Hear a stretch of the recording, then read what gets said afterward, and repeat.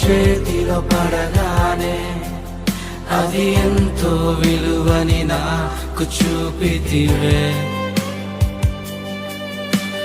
జీవమే లేని నాలోని జీవమును నింపుటకు నీ జీవితాన్నే తారబోసితివే.